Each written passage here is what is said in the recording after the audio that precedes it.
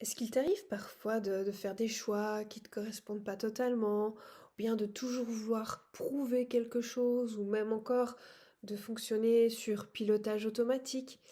Eh bien, sache que ça, c'est du conditionnement. Coucou, je suis Nathanaëlle Bus, praticienne en hypnose et en soins énergétiques, et aujourd'hui je t'explique comment mettre en lumière tes conditionnements grâce au Human Design.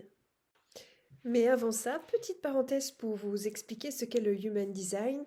En fait, c'est quelque chose que j'emploie de plus en plus avec mes clients parce que c'est un outil en fait de connaissance de soi qui est fabuleux. C'est comme si on nous délivrait un petit peu notre mode d'emploi IKEA. Moi, j'aime bien aussi expliquer que c'est un peu comme le bébé qui vient de naître et où on voit tous ses dons, tous ses potentiels. Et ça nous aide notamment, eh bien, à mieux se connaître, mieux se comprendre, prendre des décisions plus alignées avec qui nous sommes. Et grâce à cet outil, eh bien, ça peut être un point de départ, en fait, qui va nous permettre de mettre en lumière certaines choses et nous libérer forcément de tout ce qui ne nous convient pas, de tout ce qui ne nous correspond pas. Et donc en fait, oui, comme je disais, c'est le bébé qui vient naître, qui est tout beau, qui est encore tout innocent. Mais voilà, il faut dire que c'est vrai, la vie, la société, l'éducation, tout ça fait que on est parfois absorbé dans plein de croyances, dans plein d'attentes extérieures, et ça vient quelque part nous éloigner de notre nature profonde. Et grâce quelque part au design humain, eh bien, on va pouvoir mettre en lumière ces conditionnements qui ont été installés et qui ne nous correspondent pas réellement.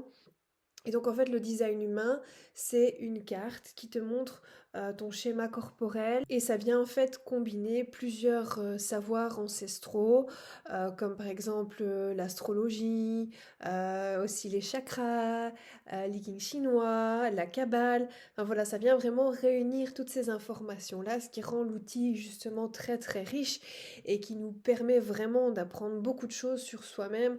D'ailleurs, pour les personnes qui sont un peu perdues, qui savent plus trop qui elles sont, le chemin qu'elles peuvent prendre, ben voilà, c'est vraiment un outil que je trouve fabuleux. Et donc, comme je disais, ben, grâce à ça, justement, on va pouvoir voir là où les conditionnements se sont installés. Et donc, les conditionnements, en fait, c'est tout ce qui nous pousse à agir en fonction des attentes extérieures plutôt que de notre véritable nature, en fait.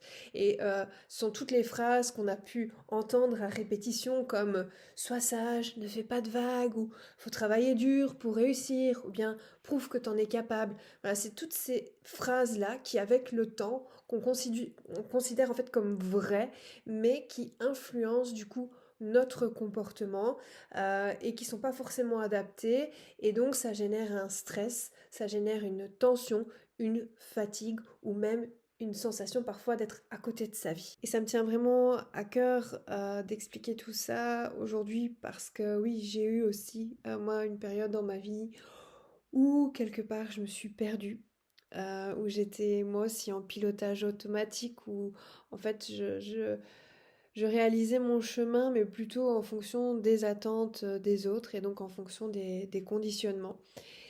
Et c'est clair que si j'avais eu cet outil entre les mains à ce moment-là, ça m'aurait été d'une grande aide.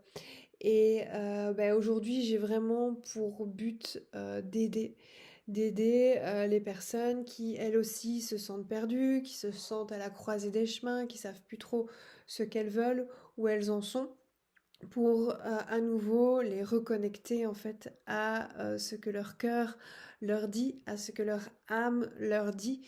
Et c'est clair qu'à travers le Human Design, eh bien, ça peut être une très très belle piste d'entrée pour en tout cas mettre en lumière tout le potentiel que la personne a dès la naissance, mais qui avec le temps c'est peut-être comment dire, perdu et de reconnecter donc ces personnes à ces potentiels. Et donc voilà pourquoi ça me tenait vraiment à cœur de vous expliquer tout ça aujourd'hui. Du coup, allons voir comment ça se passe concrètement dans une carte en design humain. Alors, je vous montre ça. Ça vaut toujours mieux un beau petit schéma qu'un long discours. Et comme vous pouvez le voir, au niveau de la carte, je ne vais pas trop rentrer dans les détails volontairement pour pas vous noyer d'informations. Mais c'est clair que ce genre de schéma, il y a moyen d'aller très loin dans l'explication.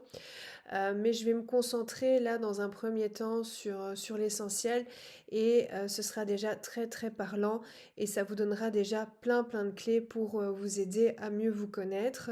Et donc, comme vous pouvez le voir au niveau de la carte, eh bien, il y a différentes formes, des triangles, des losanges, des carrés, certains colorés, d'autres non. Et en fait, ces différentes formes correspondent à des centres énergétiques. Lorsque la forme sera colorée, ça veut dire que la personne va émettre de l'énergie. Par contre, lorsque la forme est blanche, cela signifie que la personne réceptionne de l'énergie. Donc, juste pour vous donner l'explicatif de chacun de ces centres, eh bien, le centre ici, tout en haut, le triangle, donc c'est le centre de l'inspiration. En dessous, on a le centre de l'ajna. En fait, ce centre-là nous explique comment nous organisons nos pensées. Ensuite, on a le centre de la gorge, le centre de l'identité, le centre du cœur, le centre des émotions, le centre sacral, le centre splénique, et donc là, c'est aussi qu'il y a notre intuition, et le centre racine. Et donc, comme je vous disais, certains centres colorés, ça va être comme une pile, en fait, là, la personne va émettre. Par contre, lorsque le centre est blanc, les personnes sont en fait comme des éponges énergétiques au niveau de ces centres-là. Ce qui va dire en fait que cette personne-là va absorber et amplifier en fait l'influence extérieure. Ce qui veut dire que lorsqu'il y a un centre qui est blanc, eh bien, ça va être un piège à conditionnement. Et donc, pour vous donner des exemples concrets, eh bien, par exemple, cette personne a ici le centre de l'inspiration, donc le centre de la tête qui est blanc, donc on dit dans le jargon qu'il est non défini. Eh bien, typiquement, les personnes qui ont ce centre-là qui est blanc peuvent être susceptibles, en fait, de toujours se sentir obligées de trouver des solutions pour les autres ou de réfléchir à tout, même en fait si ce n'est pas nécessaire. Et donc ça va venir créer une pression pour justement venir répondre aux attentes des autres. Si on regarde par exemple ici au niveau du chakra du cœur, donc au centre du cœur, pardon, eh bien, là, ça peut être des personnes qui vont toujours chercher à prouver leur valeur, euh, prouver qu'elles peuvent y arriver, prouver qu'elles sont assez, parce que ce sont des personnes qui peuvent constamment se sentir en fait insuffisantes. Donc là aussi, vous voyez, on peut mettre en lumière un conditionnement de, par exemple, eh bien, il faut que tu prouves ta valeur pour réussir, il faut des beaux points pour réussir dans la vie, eh bien, par exemple, ben, c'est clairement là que ça va se mettre. Euh, Là, pour la personne, le centre, en l'occurrence, est coloré. C'est le centre du sacral. Eh bien, certaines personnes ont ce centre-là qui est blanc. Et il faut savoir que ce centre est un gros générateur d'énergie.